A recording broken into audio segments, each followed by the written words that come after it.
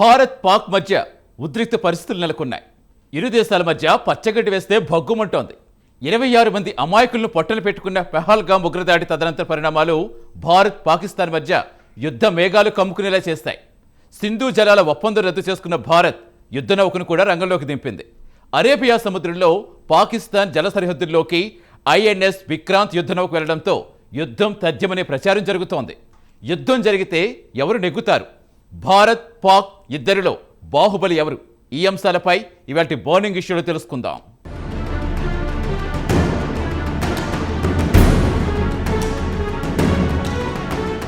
కాశ్మీరం కంటతడి పెడుతుంటే దేశం చలించిపోతుంది. అందాల కాశ్మీరం రక్తసిక్తమవుతుంటే భారత్ అగ్నికణంలా కణకణ మండుతుంది. మంచు కొండల్లో కూడా వేడి పుడుతోంది. చల్లని వాతావరణంలో కూడా నరాల కింద రక్తం ఉడుకుతూ కరెంటు తీగలా పాస్ అవుతుంది. మాతృభూమి కోసం మరణం కూడా జననం లాంటిదే అంటున్నారు భారతీయులు. దేశం కోసం జీవిద్దాం, మనం మహాగణం అంటున్నారు. మహాగణమే ప్రభంజనమంటూ యుద్ధానికి సిద్ధమవుతున్నారు. ఒక్కసారి యుద్ధంలో దిగినాక వీరుడై రావాలి లేదా అమరుడై రావాలి. కన్న దేశం కోసం దేనికైనా సిద్ధమంటుంది భారత్.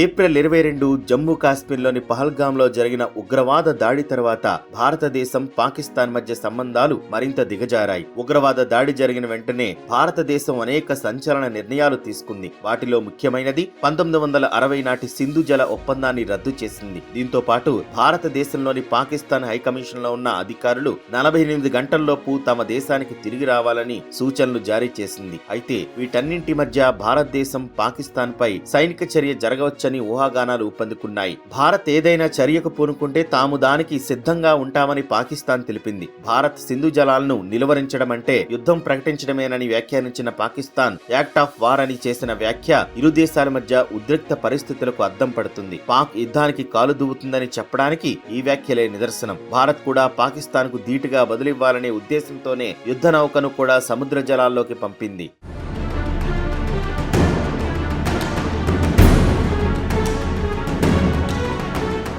ఇటువంటి పరిస్థితుల్లో యుద్ధం లేదా దాడి జరిగినప్పుడు ఏ దేశం ఎక్కువ శక్తివంతమైందో తెలుసుకోవడం చాలా ముఖ్యం. భారత సైన్యం 14.44 లక్షల మంది క్రియాశీల సైనికులు ఉండగా 11.55 లక్షల మంది రిజర్వ్ దళాలు, 25.27 లక్షల మంది పారామిలిటరీ దళాలు ఉన్నాయి. సైన్యం మందుగుండు సామాగ్రిలో ఆధునిక స్వదేశీ సాంకేతిక పరిజ్ఞానం అద్భుతమైన మిశ్రమం ఉంది. భారతదేశంలో మొత్తం 4201 ట్యాంకులు ఉన్నాయి. ఇందులో అర్జున్ ట్యాంక్, T-90 భీష్మ వంటి ప్రమాదకరమైన ట్యాంకులు పాకిస్తాన్ పై భారతదేశాన్ని అజేయంగా మార్చే శక్తిని కలిగి ఉన్నాయి.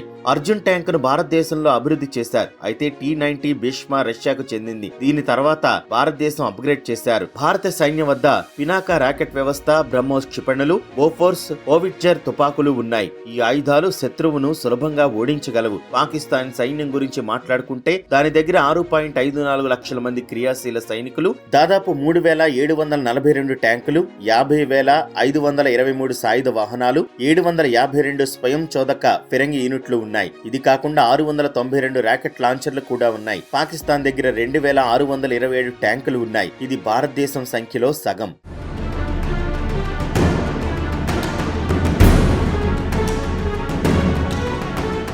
ఇక భారత వైమానిక దళం మొత్తం 2229 విమానాలను కలిగి ఉంది. వీటిలో 600 యుద్ధ విమానాలు, 831 సహాయక విమానాలు, 899 హెలికాప్టర్లు, 50కి పైగా యుఏవీలు ఉన్నాయి. దీంతో పాటు భారతదేశం అత్యంత ఆధునిక యుద్ధ విమానాలను కలిగి ఉంది. ఇందులో Rafale fighter jet, Sukhoi Su-30 MKI, Mirage 2000, MiG-29 fighter jet ఉన్నాయి. అలాగే భారత వైమానిక దళం బ్రహ్మోస్, అస్త్ర, రుద్రం, ఆకాశ వంటి క్షిపణి వ్యవస్థలను కలిగి ఉంది. పాకిస్తాన్ వద్ద 1399 విమానాలు ఉన్నాయి. వాటిలో 328 ఫైటర్ జట్లు, 64 రవాణా విమానాలు, 565 శిక్షణ విమానాలు, 373 హెలికాప్టర్లు ఉన్నాయి. దీనికి 57 దాడి హెలికాప్టర్లు, 4 వైమానిక ట్యాంకర్లు ఉన్నాయి. ఇక్కడ కూడా భారత వైమానిక దళం సంఖ్యలోనే కాకుండా పోరాట సామర్థ్యం, పరిధిలో కూడా చాలా ముందుంది. అయితే భారత నౌకాదళం వేగంగా విస్తరిస్తోంది. ఆధునిక సాంకేతిక పరిజ్ఞానాన్ని కలుపుకుంటోంది. భారతదేశం వద్ద 150 యుద్ధ నౌకలు ఉన్నాయి. ఇందులో ఐఎన్ఎస్ విక్రాంత్ విక్రాంత్, ఐఎన్ఎస్ విక్రమాదిత్య వంటి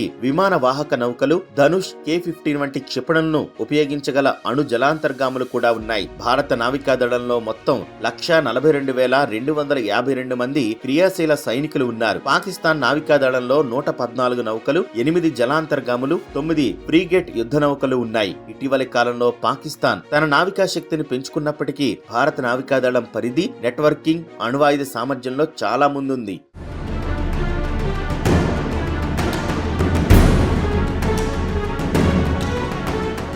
సైనిక సామర్థ్యం, సాంకేతిక ఆధిపత్యం, వ్యూహాత్మక సంసిద్ధత విషయానికి వస్తే భారతదేశం పాకిస్తాన్ కంటే చాలా రెట్ల ముందుంది. భారతదేశ సైనిక మౌలిక సదుపాయాలు చాలా పెద్దవి మాత్రమే కాదు, నిరంతరం స్వావలంబన, హైటెక్ అప్గ్రేడ్ల వైపు కదులుతున్నాయి. భారతదేశ పారామిలిటరీ దళాలు, ఉపగ్రహ నెట్వర్క్లు, డ్రోన్ టెక్నాలజీ, బహుళ డొమైన్ యుద్ధ వ్యూహం దీనిని ప్రపంచ సైనిక పటంలో ముందంజలో ఉంచాయి. పాకిస్తాన్ దాని పరిమిత వనరులు, సహాయ ఆధారిత సైనిక విధానం కారణంగా నెమ్మదిగా వెనుకబడిపోతోంది. భారతదేశం రక్షణ ఉత్పత్తి, సైబర్ యుద్ధం, అంతరిక్ష ఆధారిత సైనిక వ్యవస్థల్లో నిరంతరం పెట్టుబడులు పెడుతోంది.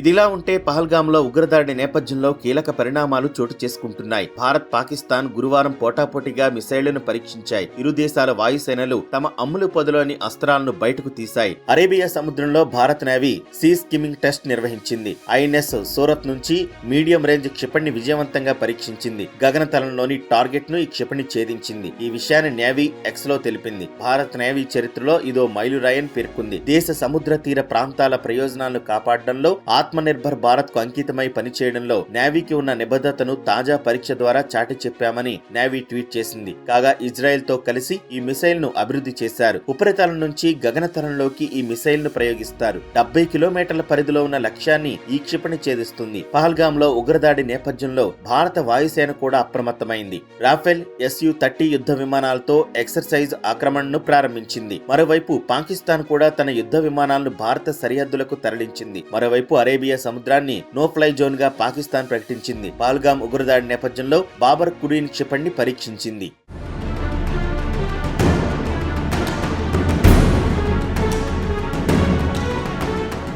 మరోవైపు జమ్మూ కాశ్మీర్లోని పహల్గాంలో పర్యాటకులపై భీకర ఉగ్రదాడితో భారత్, పాకిస్తాన్ల మధ్య ఉద్రిక్త పరిస్థితులు నెలకొన్నాయి. దాయాదితో దౌత్య సంబంధాలకు సంబంధించి న్యూఢిల్లీ కీలక నిర్ణయాలు తీసుకుంది. ఈ క్రమంలోనే తాజాగా కీలక పరిణామం చోటు చేసుకుంది. పాకిస్తాన్ ప్రభుత్వానికి చెందిన అధికారిక ట్విట్టర్ ఖాతాను భారత్ లో నిలిపేశారు. ప్రస్తుత పరిణామాల దృష్ట్యా ఈ ఖాతాను భారత్ లో నిలిపేయాలని కేంద్ర ఎలక్ట్రానిక్స్ ఐటీ మంత్రిత్వ శాఖ సామాజిక మాధ్యమ సంస్థ ఎక్స్ ను అభ్యర్థించింది. ఈ అభ్యర్థనను పరిగణలోకి తీసుకున్న ఎక్స్ పాక్ ప్రభుత్వ ఖాతాను భారత్ లో సస్పెండ్ చేసింది. కాగా జమ్మూ కాశ్మీర్లోని పహల్గాంలో పర్యాటకుల ఉసురు తీసిన ఉగ్రవాదులపై యావత్ భారత్ రగిలిపోతోంది. అమాయకుల ప్రాణాల్ని బలిగొన్న ఉగ్రవాదుల అంతు చూడాలని భారతీయులంతా ముక్త కంఠంతో డిమాండ్ చేస్తున్నారు. ఉగ్రవాదుల దాడుల్లో ప్రాణాలు కోల్పోయిన వాళ్లకు ఆత్మశాంతి కలగాలని ఆకాంక్షిస్తూ దేశవ్యాప్తంగా కులమతాలు, రాజకీయాలకు అతీతంగా శాంతియుత ర్యాలీలు, కొవ్వొత్తులతో ప్రదర్శనలు చేస్తున్నారు. ఈ నేపథ్యంలో దేశ ప్రజల ఆకాంక్షలకు అనుగుణంగా ప్రధాని మోదీ ఉగ్రవాదులపై విరుచుకుపడ్డారు. సప్త సముద్రాలు అవతల ఉన్న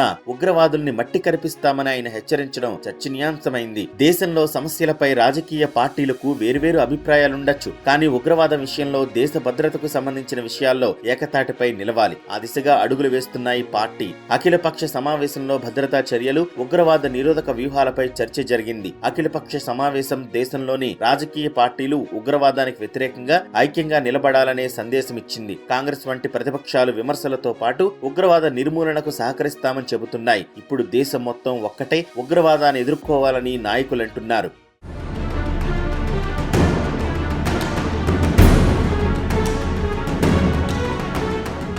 గాయపడ్డ సింహం నుంచి వచ్చే శ్వాస గర్జన కన్నా గంభీరంగా ఉంటుంది. అదే రీతిలో భారత్ రియాక్షన్ కనిపిస్తోంది. మా దెబ్బేంటో చూపిస్తామంటోంది భారత్. యుద్ధంలోకి మేము దిగనంత వరకే మీ ఆటలు.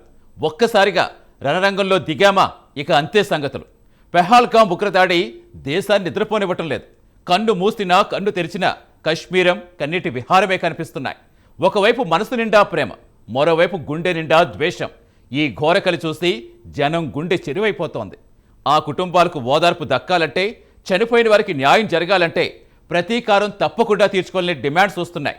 ఈ నేపథ్యంలో భారత్, పాక్ మధ్య ఉద్రిక్త పరిస్థితులు ఏర్పడ్డాయి.